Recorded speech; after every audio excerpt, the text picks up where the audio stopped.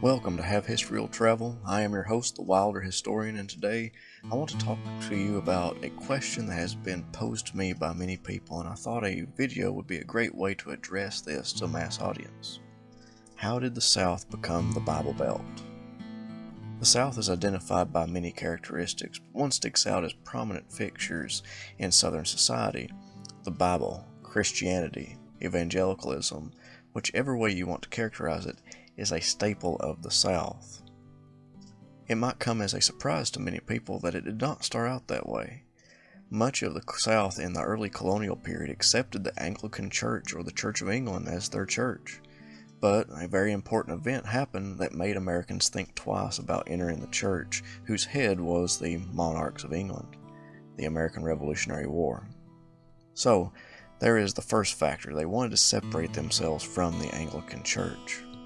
Additionally, people began moving west into the American backcountry, into Appalachia and beyond, where they separated themselves further and further away from centers of Christian belief, traveling through a wilderness and settling in areas where no church existed.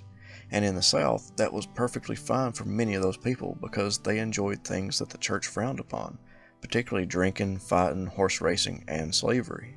Two churches predominantly saw a problem with people in the backcountry losing or never attaining any semblance of religiosity: the Baptists and the Methodists. The Presbyterians were concerned, but their preachers had to go to seminary to be able to preach, and they could not produce the numbers needed to evangelize the backcountry. The process was much simpler for Baptists and Methodists, who simply needed to be ordained by a church, and then they would become itinerant preachers roaming the wilderness in the search of lost souls.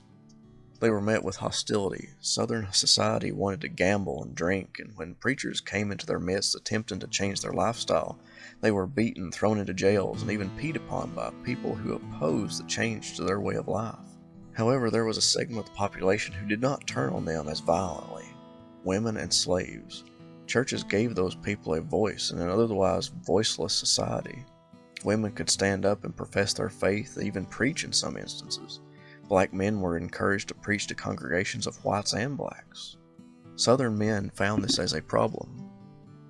Not only were they challenging manhood by allowing slaves and women a platform to speak, but preachers invited by their wives into their homes gave many men the feeling that something more was going on in the relationship.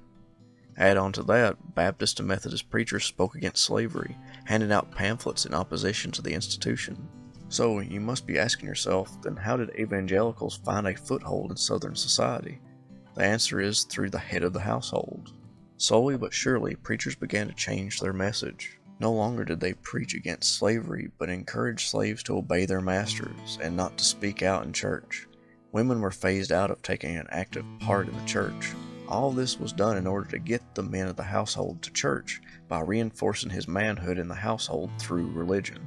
This made men more accepting of religion, and being religious became a status symbol. Additionally, preachers began to turn a blind eye to some of the activities that men were accustomed to, like horse racing.